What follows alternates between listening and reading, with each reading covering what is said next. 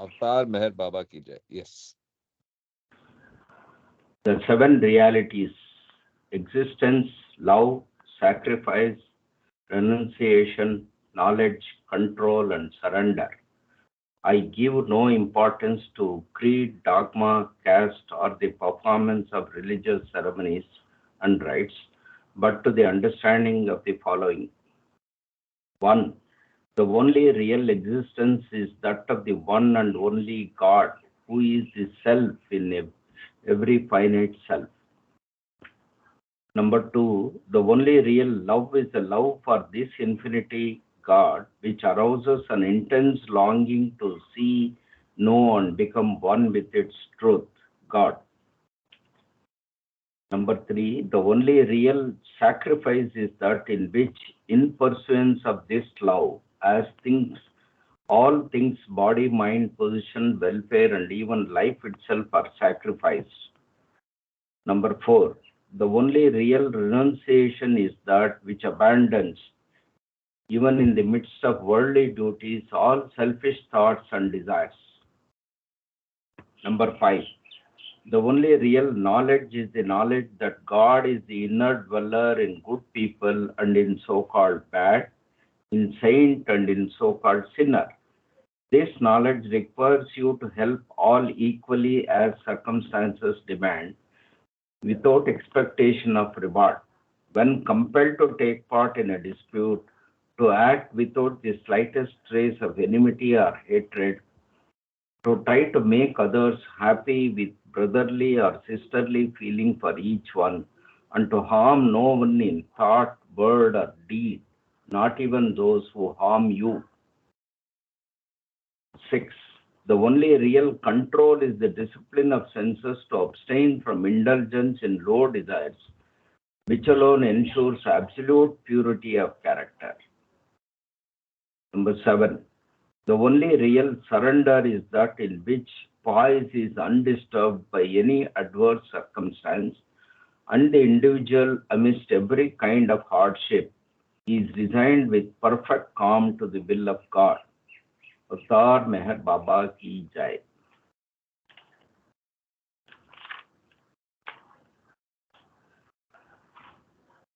Okay, I just got my screen back. Yeah. So let me join on the laptop and we can get started. Okay.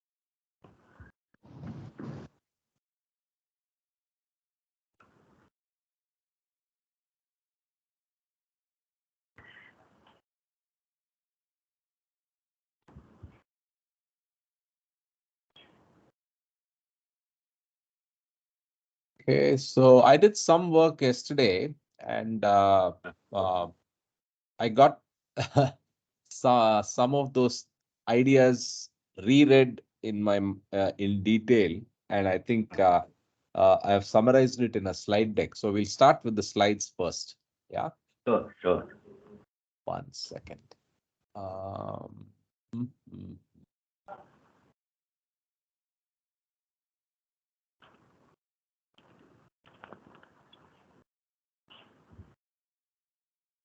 Welcome, Ashish. Jai Baba Ashish, how are you? Yeah, Baba, I'm fine. How are you? Good, good, good.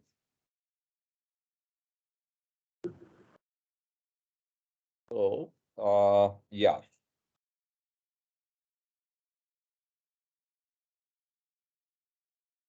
Oops, there's a typo. Hold on. I Baba. think it's by mistake. As you're typing, maybe it's gone into.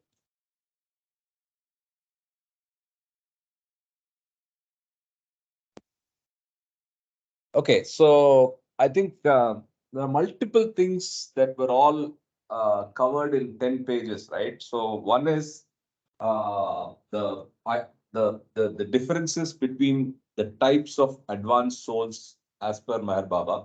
Again, this is as per this book and not to be taken. I mean, it can be taken in conjunction with what we see in God Speaks, but please bear in mind that I think the supplement 11, the chart 11 or table 11, the big list of all the types of advanced souls is obviously a much more elaborate and clearer version of that, right? So,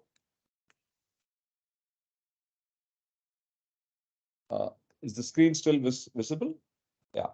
Seen from the perspective of the planes. No. So we have not got there. Go back. Yeah. So if Yes. you look at the five types that Baba talks about, then we'll go back to the book and also see what we are seeing here.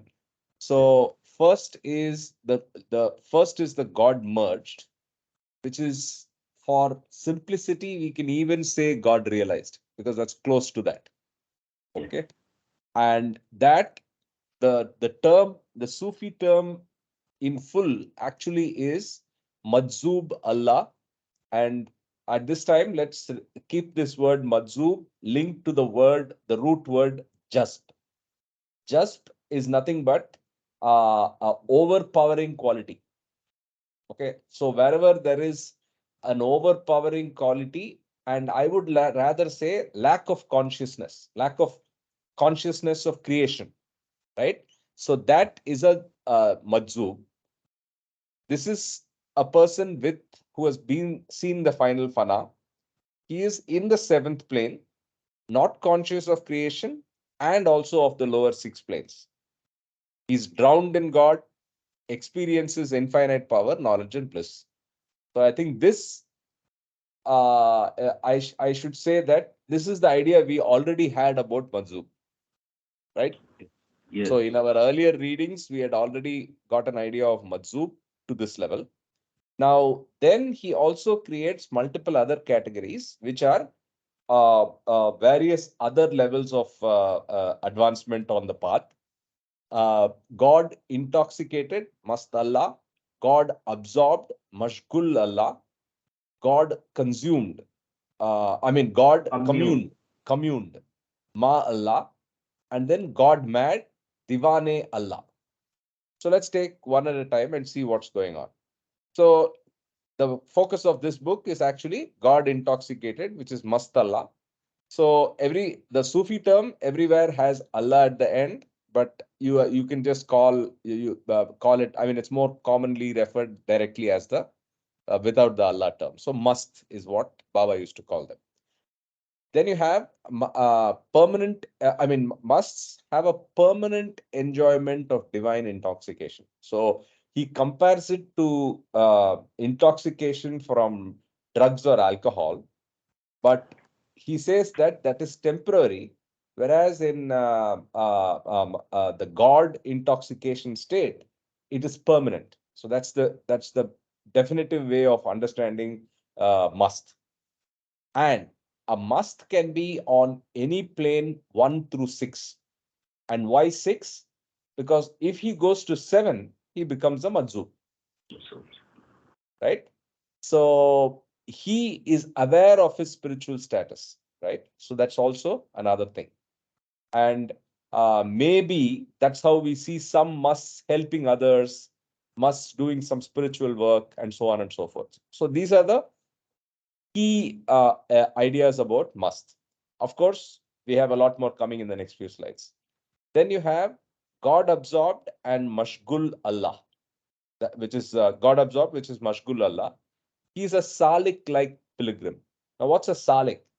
Now, we understood just to be anything which is overpowering quality. So basically, somebody who's lost on the world. And a Salik is a person who is very, very conscious and yet spiritually advanced. or spiritually in spiritual pursuit. So he's a salik. What is the difference? What's his mental state? Mashgul Allah is continually and effortlessly observed in God. The analogy given here is it's as easy as breathing. So he's always thinking of God, right? And he's not aware of his spiritual status. They are usually from planes 1 to 3, and then rarely in 5, but never in 4. They jump over 4. So one more analogy Baba has given for 3 and 4, that is Ma and Mashgul Allah, is Mashgul Allah flies fast and straight like a swan, right? So he's very fast in his thinking.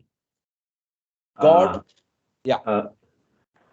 Between this God intoxicated and God absorbed, must and Mashgul, can be in any plane 1 through 6, that is must. Whereas here we have there Mashgul also is in plane 1 to 3 or rarely in 5. So how do we make a distinction or identity? So the key word here is whether the person is absorbed or continually thinking of God, or is intoxicated by God. Okay. So that's the only difference I could see. Very fair question. That's why I tried to visualize it in the next slide, because there is an overlap, right? Okay. So there is an Because for overlap us to from identify, there is no, say, clear characteristic, permanent enjoyment of divine intoxication. that is the test. So that is the one. Here, That is the Salik, test. like pilgrim, continually and effortlessly absorbed in God. And Like the third one also is very close. I mean, the fourth one is also very close to the third one. So if you look at, let's go there, then you'll see why it is confusing. So if you go to Ma Allah, again, Salik like pilgrim is the description, short description, thinks of God, but only due to conscious effort. So in the previous one, it's almost like breathing. He's always thinking of God. He is not aware of his spiritual status. So I think if you mentally make some examples in your mind, or think of this, that's when I think we'll be able to understand this better. So for must think of Muhammad, right? For Mashgul Allah, somebody you are able to think in your experience, who is always absorbed in God and thinking of God, but he is really not aware of his spiritual status. He's not worried about others and so on and so forth. So that is a God absorbed. If you come to the fourth one, it thinks of God, but only due to conscious effort, right? So it's neither unconscious. So it's always conscious effort. It's neither unconscious nor perpetual concentration on God. So it's not all the time. So it's it's sometime he's concentrating on God. When he is concentrating on God, he's conscious of it. That is a God communed soul, right? Though the word looks like he's in a continuous state of communion. And in fact, communion, if you look at the traditional spiritual definition for communion, biblical or even otherwise, you almost think that it is God realized, right? So yes. yeah, so beware of that term. So we have to keep that in mind. The two Vedantic terms he uses here for that is Raja Yogis and Dhyana Yogis. They are God communed. So they come into consciousness of God. I mean, they consciously start thinking of God, and then they come out of God. So I would say these are the serious meditators, right? Yes. So they are able to slip into meditation and get one with God, and then slip out of it and then go about their life, right? Yes. They never cross the sixth plane. They never cross the sixth plane, which means that they are there between 1 to 6, but they don't become a majzub and they never become God realized in that birth. This is a God commune. Now, again, I have taken all these words literally from the book. Okay. So just assume, or I'm just taking it as a tool to understand for myself, and I'm sharing it. Right. So please feel free to read again in this context, yes, because I think it makes sense. Otherwise, we may get more and more confused as we see these terms again and again. That was the situation that motivated me to read again. yes, yes. Yeah. So then last one, he uses the The analogy. last point in this. Yeah, I'm coming to that last point. So in Yes, the analogy, he compares Mashgul and Ma Allah with two birds. So yes, Mashgul Allah, the god absorbed, flies straight and fast like a swan. on. Here he says it's like a sparrow. So it's small bursts, but then it's flight. So Yes, flight is communion or connection with God, but it's small flights, flits here and there is what Baba says, yes. like a sparrow, right? So that all that is God commune. So these are clearly lower level people compared to Mast and a Majzub, because And the spirit. here I want a clear definition of the term salik. We'll come to that. We'll come to Yes. that. It's actually very simple. We'll come to that as well. I have a slide on that. Okay, okay. Then God mad. So God mad is Divane Allah. Now these, now again, I have been thinking before coming to this book that God mad and God intoxicated are pretty much can be used synonymously. Not at all. Not at all synonymous. Okay. Yes. So here it is lost sanity through continually thinking of God. So the Okay. key test is the person is actually mentally imbalanced. And then he actually gives three mental imbalance subtypes for this. The first one is ceaseless thinking of God. So in that, he's somewhat like God absorbed, right? He's comparable to God absorbed, but God absorbed does it like breathing, whereas he is thinking all the time, but he's gone mad. He's actually lost mental balance, the last category. Please remember, this is a lower stature in the hierarchy, the last one. Yes. Hal e davam is by contact with an advanced soul, the second category, second subtype in that. What happens is you become mad with your thinking of God after you contact with an advanced soul. So that's the second category. Yes. The third category is yoga brashta, utpada e rah. Now, here what happens is there is some, he uses the word eruption in the physical environment, but then basically it's a crisis. So something happens in your physical environment, and after which you're lost your mental balance, but you're thinking of God all the time, Yes. right? So this could be those people who are, I mean, in our minds, before we touch this book, all of these categories we could have potentially treated as must, except probably God communed, who are Yes. Raja Yogis and Jnana Yogis. Everything else we might have assumed are must. They are not. So there is a lot of tests that one has to apply before uh, picking who is a must and who is not. And Yes. Majzub is right on the top. He is anybody who's God realized. Must is below that, but he's the dude. I mean, he has spiritual status. He's helping others, and he's in permanent enjoyment of divine intoxication. Again, Mashgul Allah and Ma Allah are two smaller and inferior categories compared to the others. And finally, the most common or most inferior is God mad, Divane Allah. So now let's go and see how this is. Regarding this term yoga brashta, Huh, so probably those who are in those in the fourth category, correct. Raja yogis or Jnana yogis, Who some of them may become uh, Yoga Brashta. yoga brashta, if Perfect. possible. So they may encounter a physical problem. I mean, some problem in their physical environment, Yes. lose their mental balance, and then they become Yoga Brashta. Yes, possibly. Correct. So then let's see this same 5 categories in the perspective of the planes. So you have the first to seventh plane. The Majzub is simplest. He's there in the seventh plane, and he's on the pinnacle, right?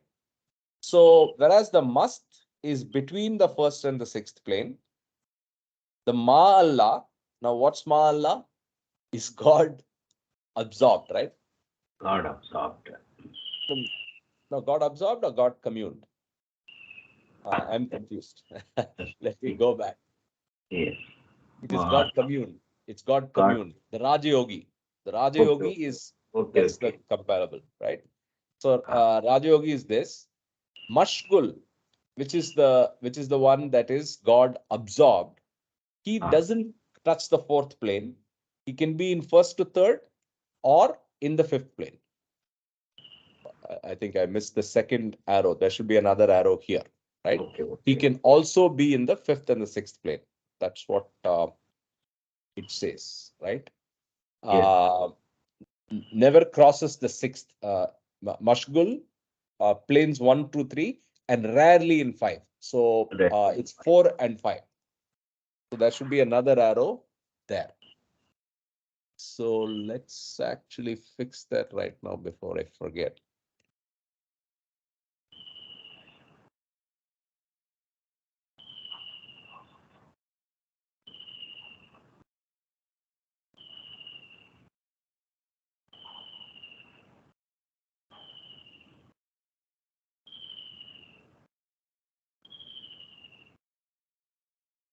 Perfect. I got it. Okay. Okay.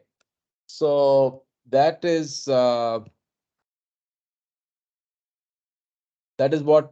I was able to visualize. I also request if you get the time, read this again and see if this makes sense. I'll drop this in Trello as well, so you'll have the link to this document, and then see if there is any changes that we have to make. Now I cannot this is see. Can you see? I cannot see the screen actually. Means that PPT presentation. yeah. I just Okay, okay, hit okay. escape. Yeah. So now let's go to the next slide, which is so at the end of this, he kind of summarizes by saying, how does mystical Islam look at this? So till now, you looked at it from Meher Baba's eyes on the spiritually advanced souls. Then he says Sufism, that's mystical Islam, and their classification of advanced souls. So here, the first thing is a person on the path. Now, I think we also saw this term appear many times, but this was defined well in infinite intelligence. A person on the path is nothing but the Raharav. So he is common. He's the all of us potentially are Raravs, right? Raravs are so maybe it's coming from the root word Rah. Rah means way, right? So people on the spiritual path. Under that, there is Majzub. Majzub is nothing but he is dominated by an overpowering quality, a jasp. So a person is basically controlled or dominated by a overpowering quality, right? And as a corollary to that, he is not conscious of creation around him. So that's a Yes. majzub. That's anybody who is in a jasp. So jasp gives you that's the root word, and that creates the concept of that creates the word of the person who is in jazb all the time is majzub. On the other hand, salik, to your question, salik Yes. is basically presence of a conscious quality. So the person is aware and conscious and with sulukiyat. So the root word for salik is suluk or sulukiyat. So with the consciousness, he's absorbing and practicing a quality. So The consciousness of duality also. yes, so Or consciousness of the all duality, around you, what consciousness, is happening around you and all that. Okay. correct. In full consciousness, rather. Yes, I think yes. easier way is he's contrasted to a Majzub who's lost everything, who's Yes. lost the connection with the creation. whereas a Salik is completely conscious and insulukiat. Under Majzub, there are again three categories. Salik a Kamil, equivalent to Jivan Mukta, which again is there in God Speaks as well. Now, what is a Salik a Kamil under this? So he has no circle, no duty, but can make another soul like him. So that's the blessing that a Jivan Mukta has.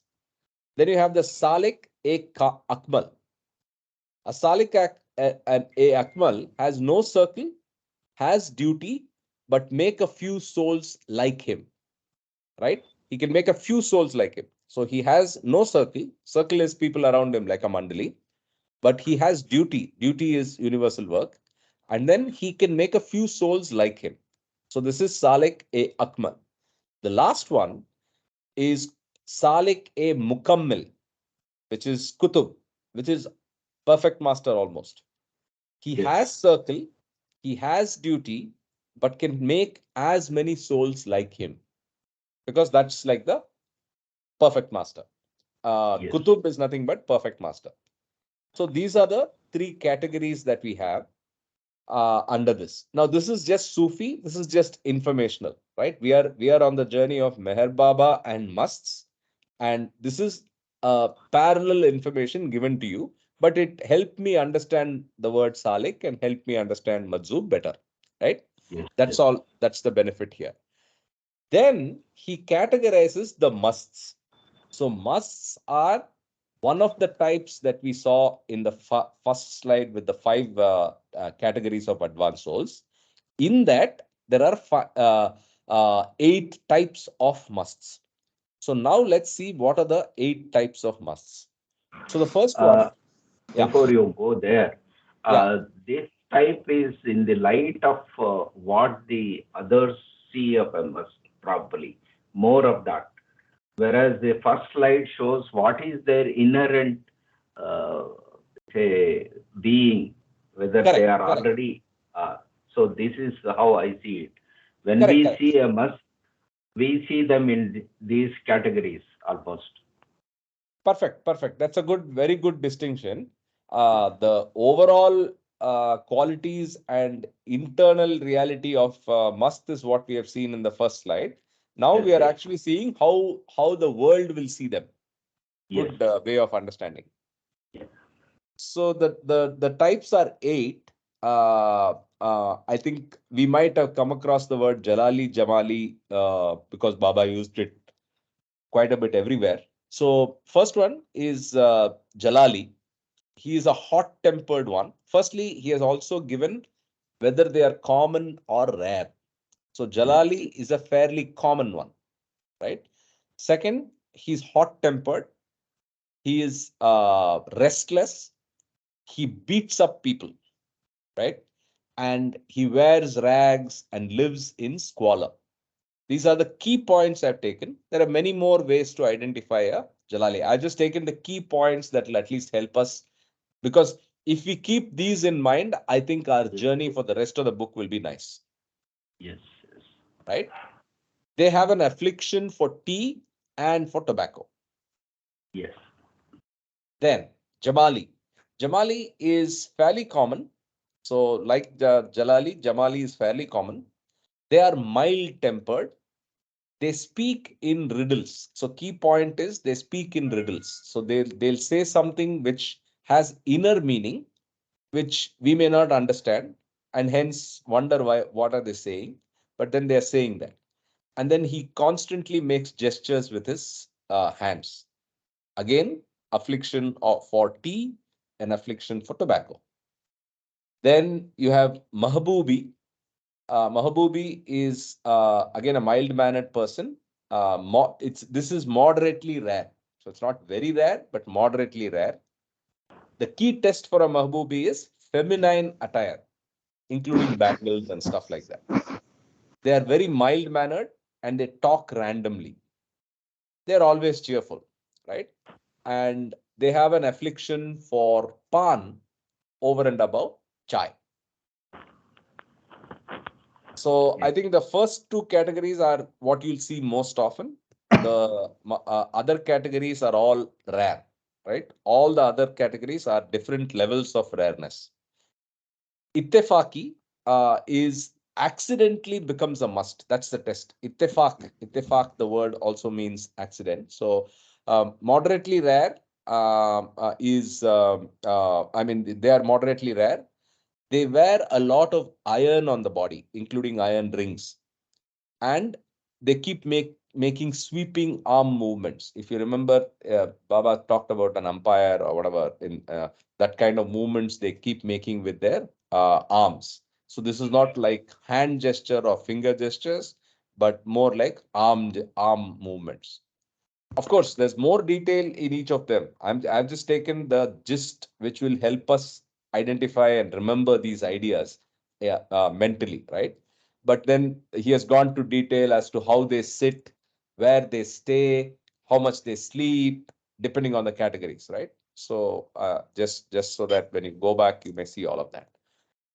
Then you have Madarzad. Madarzad is moderately rare, appears like an ordinary madman, but he's born. Oh, I missed the word born. He's actually born a must. That's the key test for this, right?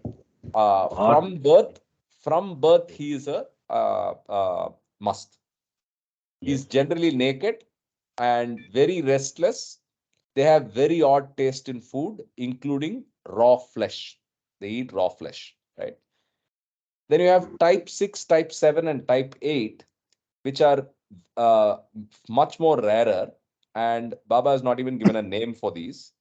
The type 6 is interesting in the sense that it has a fixed quantity. There are only 5 in every cycle. And at the beginning of the cycle, there is 2 more. Now, I don't know whether this is a 700 cycle or that's not clear in the reference. So if anybody finds more information, please share. But basically, it's 5 at that time, and he actually tells where the 5 at the time of the book was written. Baba's identified those 5. So these are type 6 musts, and though they will be always 5 in the world. Then you have a type 7. Uh, Here, the only definition is they have equal attributes of Jalali and Jamali, but there's not a fixed number, and it's a rare type again. Type 8 is the most common type, and there it is half must and half godman. This is all is given in the description there. So I think this is what we have read till now. Now let's get to the, I'll just add the born a must for Madarzad. Yeah. Very good So summary. Very good summary. yeah. So it's straight from the book, but Oh, I think it welcome, helped me. welcome, Ravi. Jai Baba, Jai Baba, Jai Jai Baba. Baba. Hey How are man, you? this is telepathy, Ravi. Yesterday I was thinking about you and thinking, Really? where are you? Yeah, yesterday I was supposed to join, but I could not join. It's such a Today small. I also mean, we it's had it's. some Swamijis visiting us, so they just left, so I was able to join. So which plane was the Swamiji? I don't know which plane. Chinmaya Mission Swamiji. Okay, Oh, okay. who? The what's Tejomayananda? No. He's from Chicago. The Swamiji Oh, is okay, head of Chicago Chinmaya Mission. okay. So he's U.S. specific Yeah, local Swamiji. local Swamiji. Okay. Yeah. So I used to keep going to the Chinmaya Center in Princeton. Oh, Princeton. Okay. Yeah, there's one there. Hmm. So, and then of course, I'm sure you know the center in Kerala, the the Oh, the yeah. one Big center. Yeah. in the Co- birthplace of Shankara. Kaladi, Yeah. Kaladi. Kaladi. No, Mm. it's not Kaladi. It's Mm. actually it's some other town actually. So in fact, Chinmayananda bought that property Yeah. Yes, and yes. and Kaladi they've only. created Kaladi only. a. His birthplace. No, it is not Kaladi. It is not Kaladi. So the legend goes that Kaladi is the publicly acknowledged place of birth of Adi Shankara, but this is actually the what Shankara's mother, something Amba. Hmm. This is the maternal home of Adi Shankara's mother. So he was see. actually born there, though he Mhm. grew up in Kaladi. I So see. this is near Cochin, and I've actually spent a couple of nights there. I They see. have a Sanskrit college, they have a library, they have an archival center, and I think a very good infrastructure for classes. They run all their online classes from there. Yeah. The Yes. Sanskrit classes and everything runs out of there. They have a Right. Mhm. great studio and everything. Yeah. Okay, so sorry for that distraction, Glad but you good to see you, How Ravi. glad is, you how is started your Wayfarers. grandkid? What, Mamaji? How is your grandkid? I don't Oh, my remember it. grandnaughter is doing good. Yeah, she's doing good. Thank you. And Close. where are they? They are close to you? Yeah, she was here till last week. She went back to Chicago, and then she's coming back next in 2 weeks. Okay, Yeah, yeah, awesome. yeah, yeah. Very good. I'm glad you started Wayfarers, which I have Yeah, not read it's it. yeah. So Beautiful. it's a tough book, and I think more than tough, I think I would say intriguing book, right? So in the sense that there's a lot to um, um, absorb, and Mm, a lot of it is pretty stark. So it's not it's stuff that the human mind is not very comfortable dealing with, right? So it's all mm, stuff about madness, dirt, squalor, and how they behave and so on. But that's mm. what we've seen till now. We'll see how the Yeah, book unravels. So yeah. did you join to see the slides that I summarized? That would have been helpful because that's what you missed. We just Oh, barely started. okay. Okay. Ravi, it is better before you start the next weekend. Please Mm. go through the recordings. It's very Yeah. Yeah, it's important so just that yeah, you just catch How up many? a How yesterday's. little many? better. How many weeks? How many days did you Only take? two classes, I think. Okay, okay, okay. Yeah, I Okay, will. so let's go to where we stopped. So we literally stopped at type 8, right? So the 8 types of musts. So we stopped here. And who wants to start by reading now? Ravi, you're okay? You want to read? Yeah, yeah. Awesome. So we start from here. Okay, Baba. A person of inquiring mind may wonder whether masts may be found in other parts of the world, and if they are not, then why it is that India alone is gifted with such souls. Baba, in explaining this paradox to his disciples, told them once that India was nearest to the creation point and was therefore the most significant country in the world in the realm of spirituality. It was for this reason he explained that there were very few musts outside of India and none in Europe or the Americas, although there were mystics, saints, and God lovers there. He told them, however, that there were a few musts in Arabia, a few in Egypt, a very few in Iran, mostly in Mashhad and Tabriz, and very few in Tibet. It is therefore not surprising that in the Western world there are, as far as I am aware, no traditions about these God intoxicated souls, and that when a Westerner is confronted for the first time by the eccentric characteristics of a mast, this reaction is quite possibly one of the incredulity and even abhorrence. It is therefore abhorrence. Next page. Next page.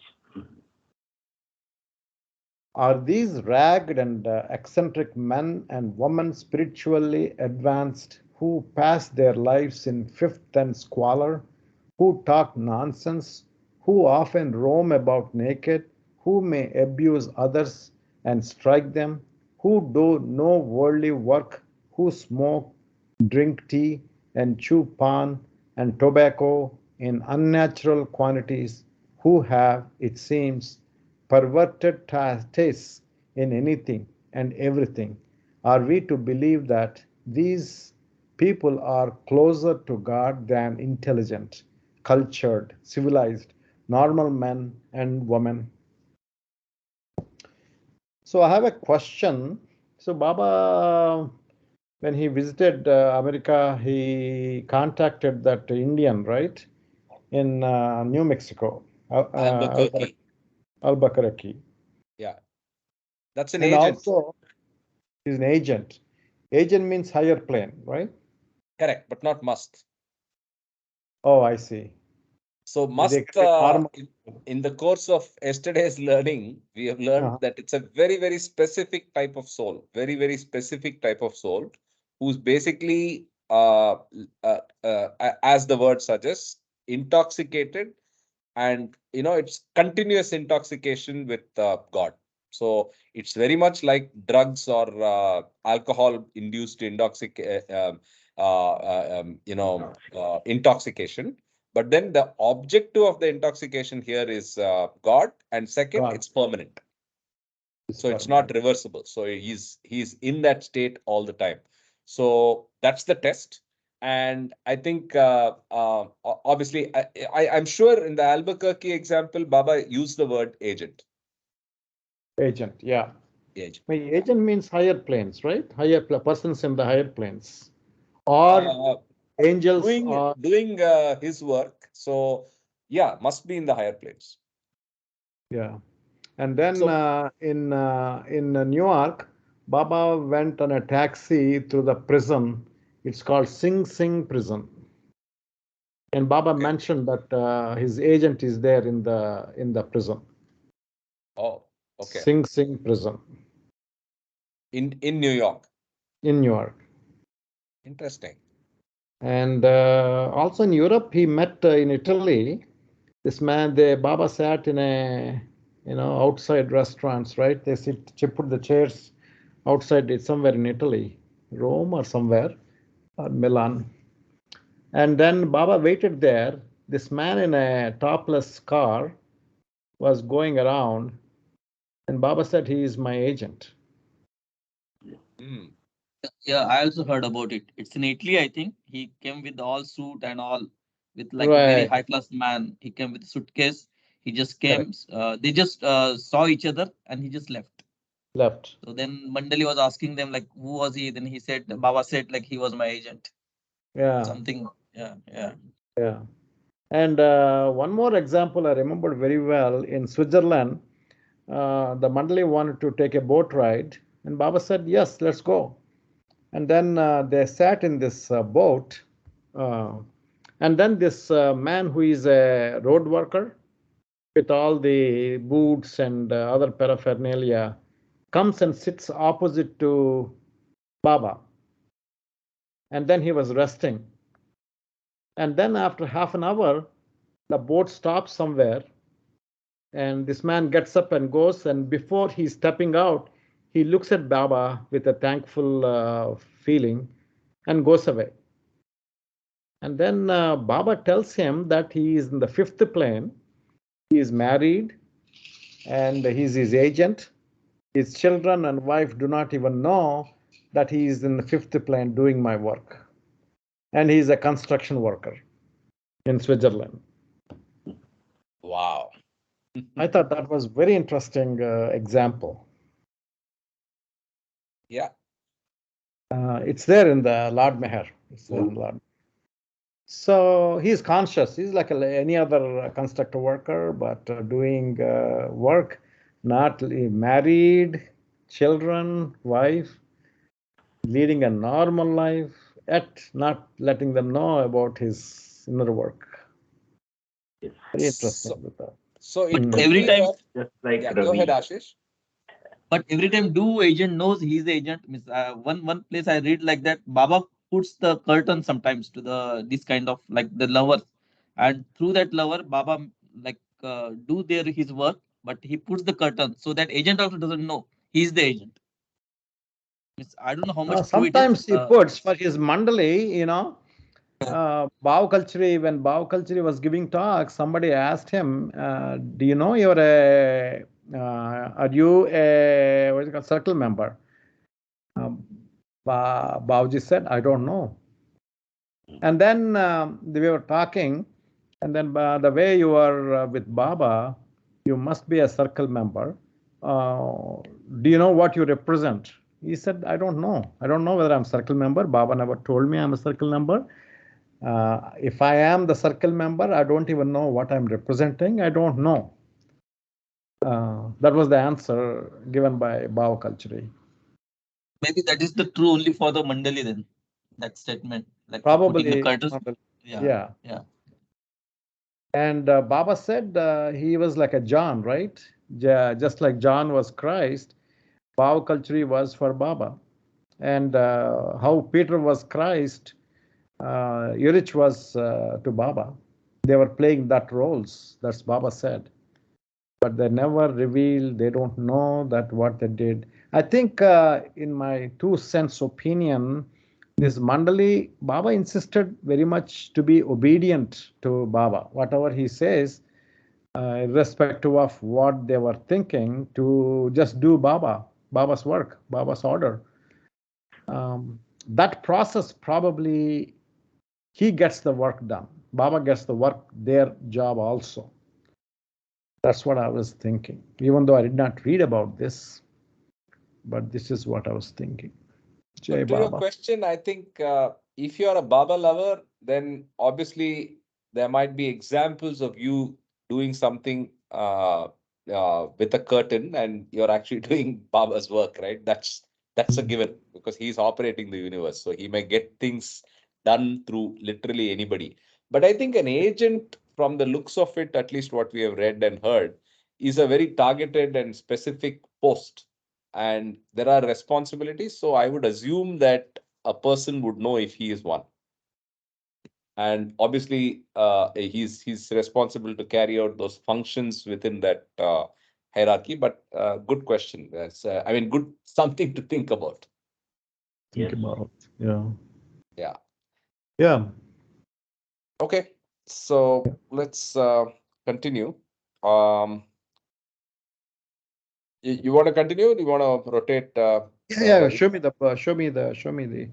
Yeah. So is it not visible? No. Oh, Ravi I'm is sorry.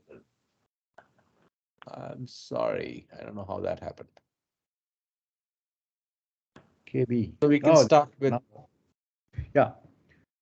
Are these ragged and no, accent? that we finished. Reply is The reply is that they are, and we can, with the help of some notes dictated by Baba, at least try to understand why these God intoxicated souls are physically dirty and why they have certain eccentric habits of behavior.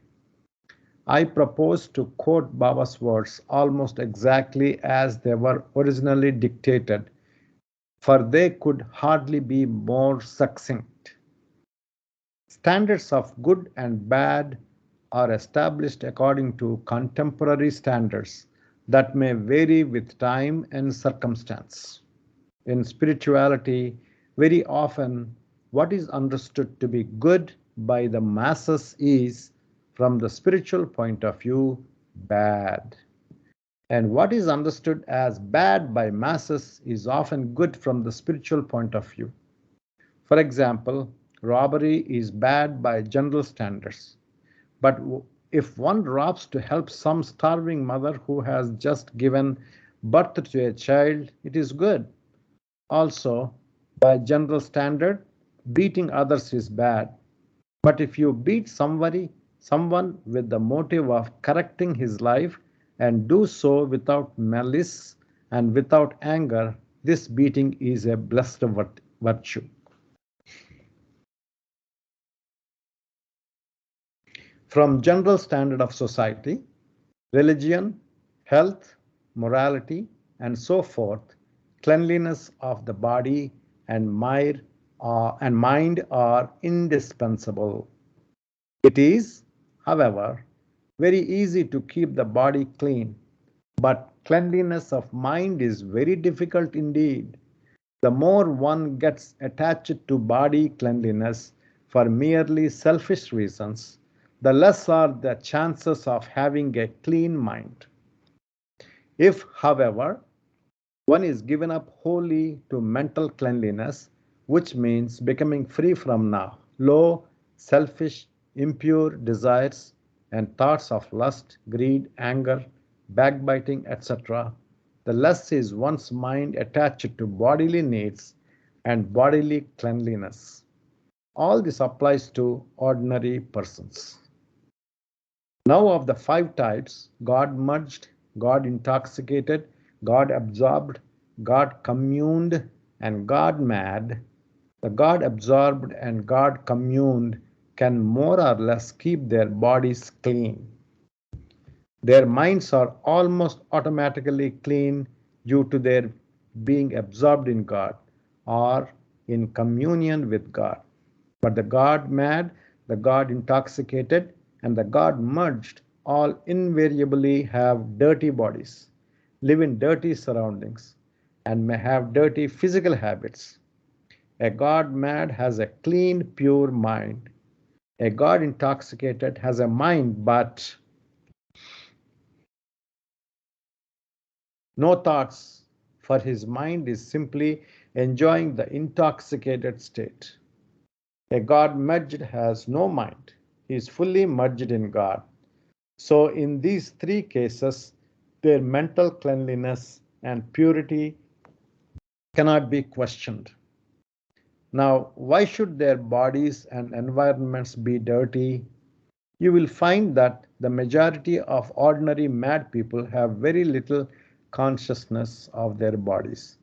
So, if an ordinary mind, when mad, does not pay attention to bodily cleanliness, then the three types of God men who unconsciously or consciously know all the universe to be zero, body to be a shadow, and whose minds are absolutely unattached to the body, cannot be expected to keep their bodies and surroundings clean.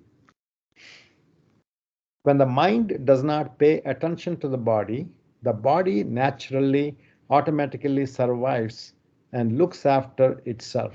Now, because of a kind of universal working on gross, how come this is not going away for me? Where am I? Gross plane, a sort of automatic attraction takes place, which causes a man who is indifferent to cleanliness to be attracted to place himself in dirty surroundings.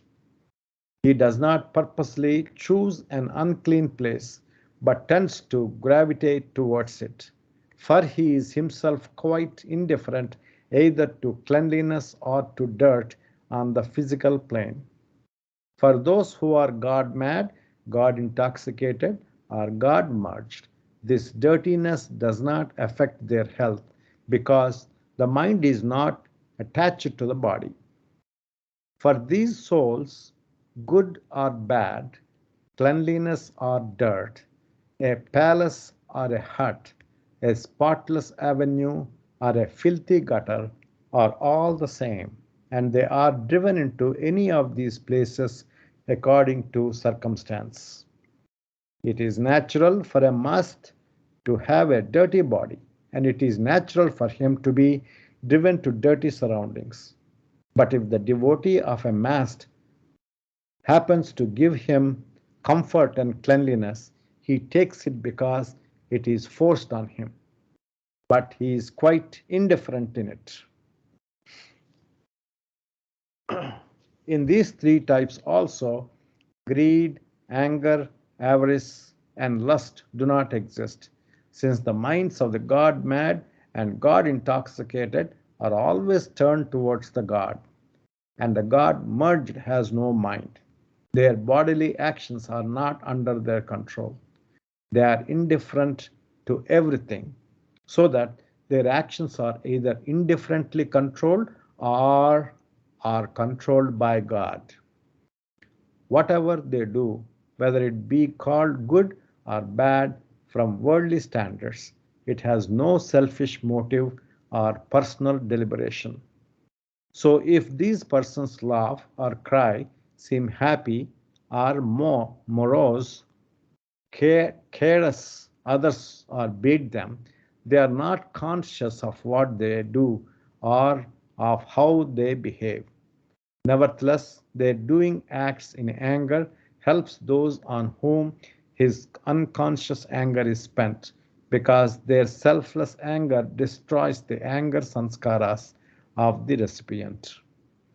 In ordinary circumstances, if A gets angry with and beats B, B's red sanskaras of anger become attached to A. A loses and B gains. If B also gets angry and beats A, then both are equal. If a mast hits either A or B, the sanskaras of anger are destroyed. But these sanskaras do not recoil on the mast. But if either A or B hits the mast, it is terrible binding. So the lesson we have to learn is, don't beat any mast if you come across. Don't beat anybody. Now, why does one must become a Jalali, another a Jamali, another a Mahbubi, and so forth? Everyone has to pass through innumerable lives. If one man who is in his past life lived in an environment of strife and great activity becomes in his life a must, he is of the Jalali type. If another who led his past life in a quiet village or was perhaps in a dull and idle environment becomes in this life a mast, or he is of the Jamali type. If in this previous life a man was a bachelor who may or may not have committed the sexual act and becomes in this life a mast, he is of the Mahabubi type. This is because the sanskaras of love for woman were unexpressed in his past life, and in this life they find expression in the wearing of some part of woman's dress or in acting in some ways like woman. Tukaram understood this persistence of previous characteristics when he wrote Ardh Hota Sant. I can read that one. That's a Yeah, Marathi actually. yeah, Yeah. please. Adi hota Sant Sangha. That means previously he was with the saint. Then Tuka zala Panduranga. Actually, Tukaram was one of the saint from Maharashtra. And then he became Panduranga. Panduranga means Krishna, Sri Yeah. Krishna, which is in the Pandharpur. Hmm. Tukaram became Panduranga. त्याचे भजन राहीना means that his bhajan means what I will say bhajan in Hindi it's kind of poem, and mood स्वभाव जाईना means his actual uh, behavior cannot go. That's what it's saying. So Hmm. Nice. So Marathi is written in Hindi, huh? Yeah, they yeah, share the Marathi script. can. Same Oh, script. script is the Hindi script. Okay. Devanagari. Devanagari. Okay. Which means, thank you, sir. Thank you, Ashish. Which means Tukaram used to do bhajan from childhood and stay in the company of saints. Then he became God. And yet he carried on his bhajans. His original nature persists. Can you move up? Yeah. We The can fourth. also rotate if you want. Ashish Yeah, can continue. sure. Yes, sure. Yeah. Ashish, you want to continue? Yeah. Yeah, the foregoing paragraphs give us Baba's explanation of the eccentric behavior of various types of aspirants, and this is perhaps an appropriate place to quote what the great Sufi poet of 13th century, Shams-e Tabriz, wrote about these God-intoxicated souls. Baba tells us that the following ode refers to must, and the phrase, the man of God, that is repeated in each line, is a poetical expression that means, in fact, the must. This I cannot read. Okay. The following translation of this ode is gleaned from the work of R.A. Nicholson, Cambridge University Press. The man of God is drunken without wine. A man of God is full without meat. A man of God is distraught and bewildered. The man of God has no food or sleep. The man of God is king's knit darvish cloak. The man of God is treasure in a ruin. The man of God is not of air and earth. The man of God is not of fire and water. The man of God is boundless sea. The man of God rains pearls without a cloud. The man of God hath 100 moons and skies. The man of God hath 100 suns. The man of God is made wise by the truth. The man of God is not learned from the book. The man of God is beyond infidelity and religion. The man of God, right and wrong are alike. The man of God has ridden away from not being. The man of God is gloriously attended. The man of God is concealed Shamsidin. The man of God do, though seek and find. Before we progress to the discussion of other types of souls, there are 2 points worth recording. The first is, does a must always remain a must? The answer that Baba gives us that a must does remain a must, though he may at times become a mazhub like, Mazub. and at a time mazhub like, and at a time salik like. And if he come salik like, if he comes in contact with the spiritual master, which does not always happen, he is helped and advanced. The second point is that certain must and certain salik-like pilgrims are known as a spiritual charge men. And those who scan the accounts. Can you read that paragraph once again? Previous paragraph. Yeah, sure. Yeah.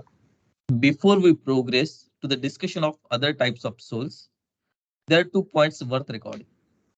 The first is, does a must always remain a must? The answer that Baba gives us is that must does remain a must, though he may at times become mazub like, at a time salik like. And if he comes in the contact with the spiritual master, which does not always happen, he is helped and advanced. Yes. Okay. See, this is what I understand. Mazub is not conscious of the universe. Mazubs, when they get Nirvikalp Samadhi, they all become Mazubs, right? So Mazub is not conscious of the reality, not reality, sorry, of the worldly, yeah. And Saliks are, they bring back, the perfect masters bring these Mazubs back to normal consciousness. Those are Saliks. I think musts also are these kind. Some are not conscious of the world, and some are conscious, like regular people. Like Krishna must, you know that, right? He used to work like a guard in the railways. He was a must. Yeah, yeah. Krishna Yes, must. that classification is very clearly mentioned in the previous Correct. first chapter, and also today's earlier chart, which you missed. So Yeah. that's why I said you please go back to those, and then next week you can have the continuity better. Yes. Yeah, sure, Mamaji. The Krishnamurti's story, I know Parishar, like he was very busy with the not I don't know which god. Then, but someone did his duty. So was he praying to Baba, or he No, was he was Krishna, following praying to to someone? Krishna. Krishna. Krishna, Krishna. Krishna. Okay, okay, okay. So he was praying to Krishna. Yeah. But I didn't know he was a must. So Yeah, he was a must. What plane? I forgot. Uh, some plane he was in. Baba mentioned it, right? okay. So in fact, that challenges the definition in the sense that he's doing some amount of normal work, right? So he was keeping his job and stuff like that. So that's kind of interesting. That's why I was wondering whether he's a must. Anyway, Salik like. maybe. So yeah, Salik like must. Perfect. The second point is that certain must and certain Salik-like pilgrims are known as a spiritual chargeman, and those who scan the accounts of various musts like Salik-like pilgrims in the supplement will find many referred to in this way. Such a man sees to the spiritual and material welfare of the place of which he is the spiritual chargeman. The spiritual chargeman in a small place is a must, but in a large place he is like a Salik-like pilgrim. And in some centers of peculiar importance, the chargemanship is the hands of both a must and a Salik-like pilgrim. This system, whereby a must or a Salik-like pilgrim is often the spiritual chargeman of a particular city or district, is peculiar to India, and in other countries there are spiritual agents. These agents, since they are not entirely relevant to the subject of the present chapter, are described in the additional supplement at the end of the main supplement. There you go, Ravi. You get Yes. your answers. Yeah. Agents. So, Agents, yeah. So, so much then for must, and it is my earnest hope that the foregoing pages will help to explain why these lovers of God do not conform to conventional standards.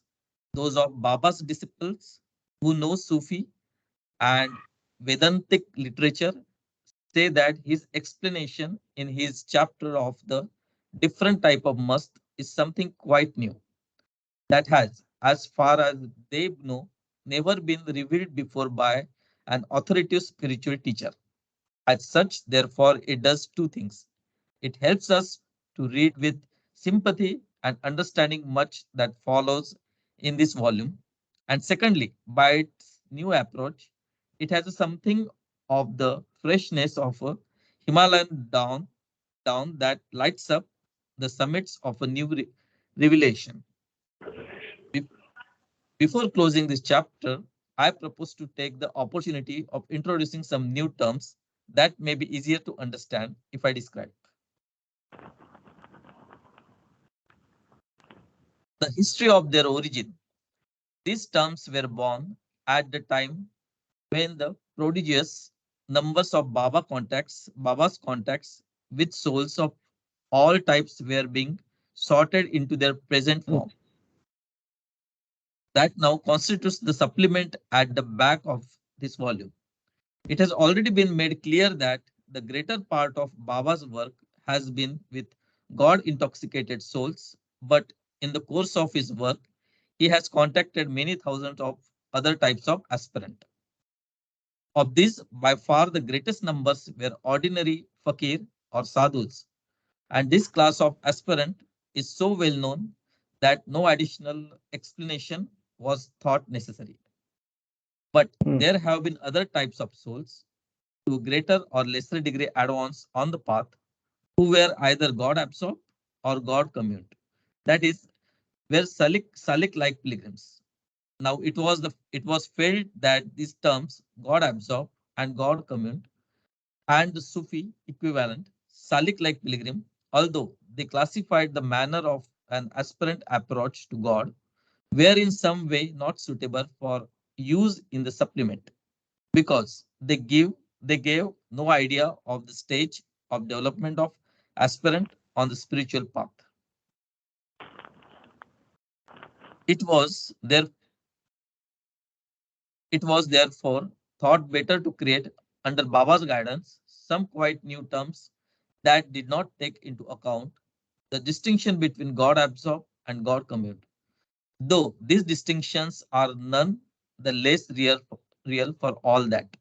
These new terms provide a yardstick against which the spiritual advancement of Salik like pilgrim may be precisely classified. And they are important because they are so frequently used in the supplement at the end of this volume. In ascending order of spiritual progress, the terms used are Hawa, Seeker, Initiate Pilgrim, Advanced Pilgrim, Adapt Pilgrim. The reader should remember that these five terms are applicable only to the God absorbed and the God commune, whom we have classified earlier in this chapter under the collective terms Salik like pilgrim. So Hawa, Seeker, Hawa. This is the lowest state. Man with Hawa is in condition of permanent relationship to the spiritual path. He is not on the path, but is not far from it. Okay. Okay. Seeker. This is an intermediate state. The seeker is still not on the path, but he is closer to it than a man with Hawa. He is like a man who is searching for beginning of a footpath, wandering here and there, earnestly determined to find it.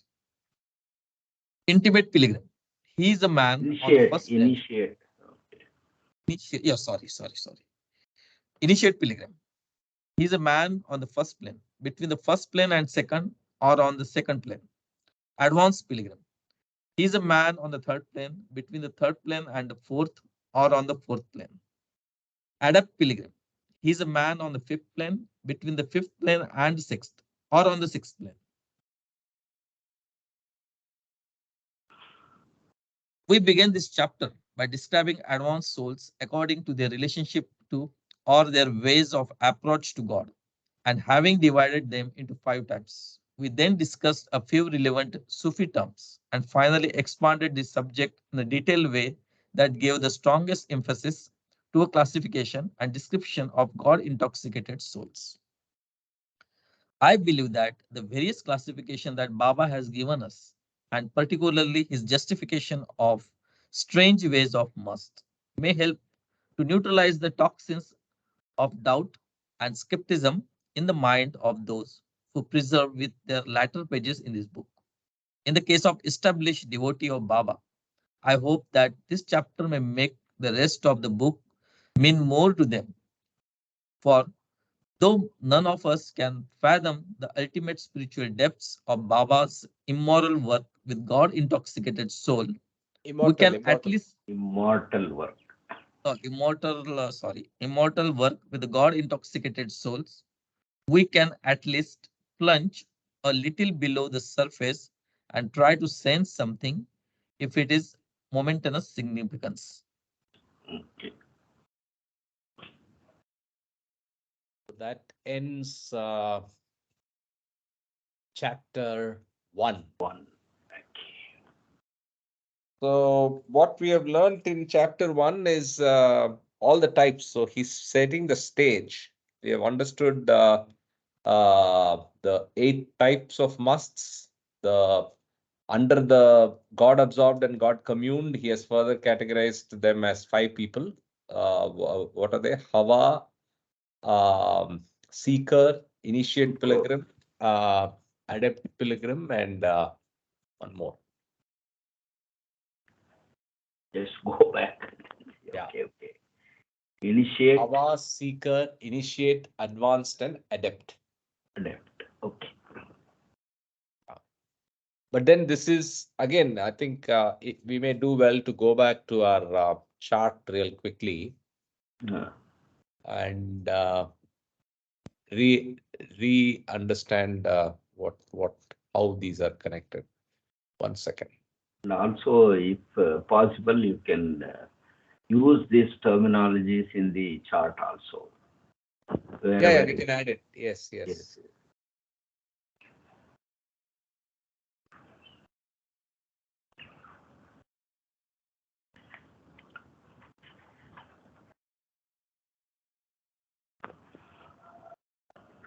So if you see this, God absorbed and God communed are Salik-like pilgrim. So now it's clear. Now that we have read it further and understood a little more, the Salik-like pilgrim are these two categories alone. So maybe we can even create a animation to show that this is only Salik-like.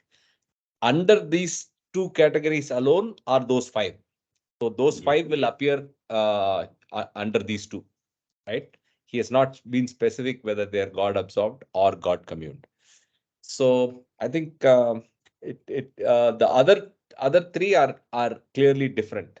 One is a mad, one is intoxicated in God, and of course, Madzubs we understand. Madzubs are up there already, right? Yes. So yeah, I will add those to five categories, or at least make a reference that these five will appear somewhere here between Yes. these two. Yeah. Okay. So we can probably wrap up here and continue on. Yes. I too have a lot of things for the day. Okay. So okay. On that note, we will end a little early and hang around if Ravi is free. Ravi is sleepy already. He's been yawning. So 1 second, I'll stop recording and then I'll probably at least introduce you guys. Yes. Ravi, your presence makes a lot of positive difference. Please be with us. You're on mute. You are on mute. Believe me, every weekend I try to attempt. Something or other is going on both Saturday evenings and Friday. For me, Friday and Saturday, right? Yours, Saturday morning, Saturday morning and Sunday morning. That's why every time. Yesterday night also I tried to attend, but something went on and I had to be away from home, so Okay. could not. Yeah. Okay. So Can, by the way, can I yeah, go ahead, Ashish. can I ask one personal question? Miss, hope it will not hurt. Miss, it's miss, I thought of not ask this, but I wanted to ask one question. There are different spiritual ways, right? Means there are multiple ways to go for the God. Maybe either through Baba, either from Swaminarayan, either from the Chinmay mission, right? So if we follow multiple paths, will it not divert our path? Either we should follow Baba or either we should follow some certain path, right? So Karthik, you mentioned you went to Chaitanya's that Swami. So will it? Means I'm sorry. Means I don't know. I Good should ask this question. question Good or not. question. Very good So question. yeah. No, it's not personal. I don't think it's personal. Okay. Yeah. Go ahead, Yeah, sir. you want to go first, Ravi? Like, what's the question? I didn't understand the question. Sorry, No, Ashish. he is talking about spiritual body shopping or say something like that. So I, for one, I can tell my way of doing this or what all things I did. So I started off in a very, very different way. I was an ardent leftist without belief in God. From there, I have charted my way in different paths. So the first initiation came through Sri Ramakrishna. From there, I went into Vedantic literature of different, ideologies or classes, Visishtadvaita, Advaita, Advaita, and all that.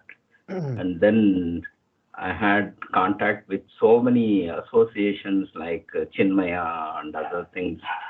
So each place I was trying to get kindled in spirituality.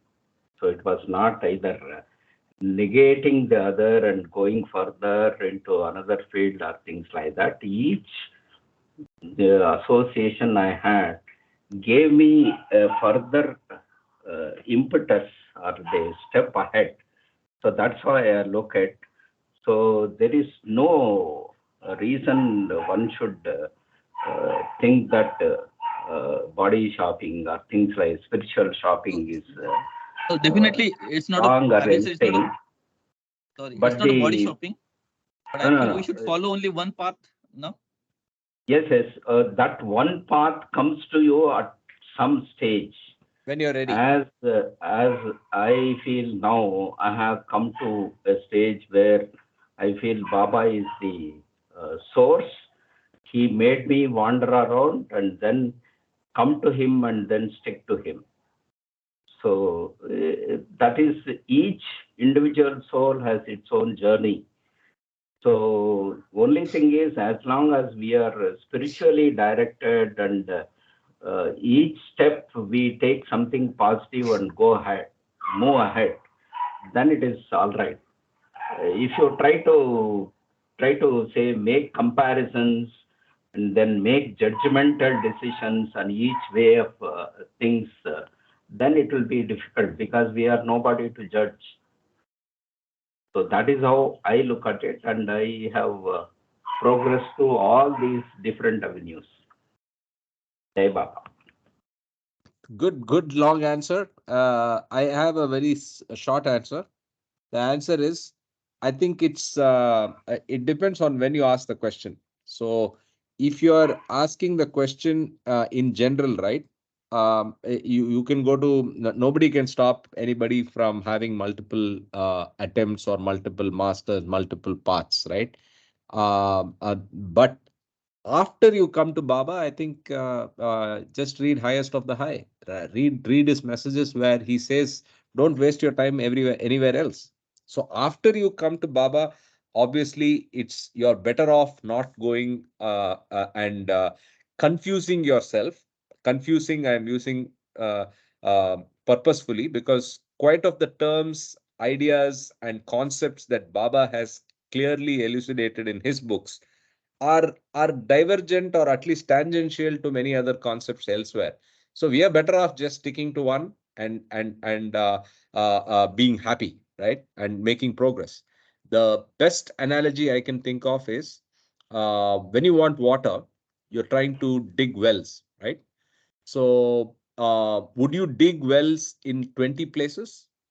No, you will go deeper and deeper in one place because you have effort. Let's say you have just yourself to dig the well. You're alone and you have one, spade or whatever tool that you need to dig, and you have to get to water. So to get to water, your best chance is take all the effort in identifying the spot where you want to dig. But once you identify the spot, go deeper rather than keep changing your mind and digging in 10 places, because the effort is not wasted. Right? Actually, So, I had a discussion with Mehrnak Kalchuri once about the same point. okay. And what Mehrnak Kalchuri said, means, if the group is going somewhere, if the group is going to suppose like uh, some Devi's mandir, right? So even though you're a full Baba lover, and if you just go and just praying the God, because everyone is praying, right? So if you're just going and just put your hands like this, it's okay. Just take the Baba's name. Just take the Baba's name. Exactly. That's what I do. Yeah. So just take Baba's name Yeah. there. That's it. Over. Yeah. So Baba does not say don't do anything, but then you have to make your judgment call on how to process that in your head and how to treat that in the bigger picture, right? Ravi, any thoughts from you? So, by the way, I went to this Chinmayananda place, which probably triggered the question. I went well after coming to Baba, but as I said, I go in the context of trying to. I mean, I have friends who take me to different places. When I was in the US, obviously, staying in connect with spirituality is possible only when you connect to the existing organizations. I used to go to Beloved Archives in Princeton as well. But Chinmaya was where I was dropping and picking up my niece, my nephew all the time. So I used to keep in touch with what they were doing. So yeah, so nothing, no hard and fast shopping now. Shopping is all over. Ravi, your turn. Yeah. Well, there is only one God, there are not two gods. Then what is about Krishna and what about Rama and what about Krishna and what about Meher Baba? That's because of our lack of knowledge. When we don't have knowledge, We think he's different person, he is different person, that person is different, you know. I am father for my child, and at work I am, I am employee, and to my wife I am husband, to my father I was a son. So same me acting differently. Just like that, there's only one God. Which form you love, it doesn't matter.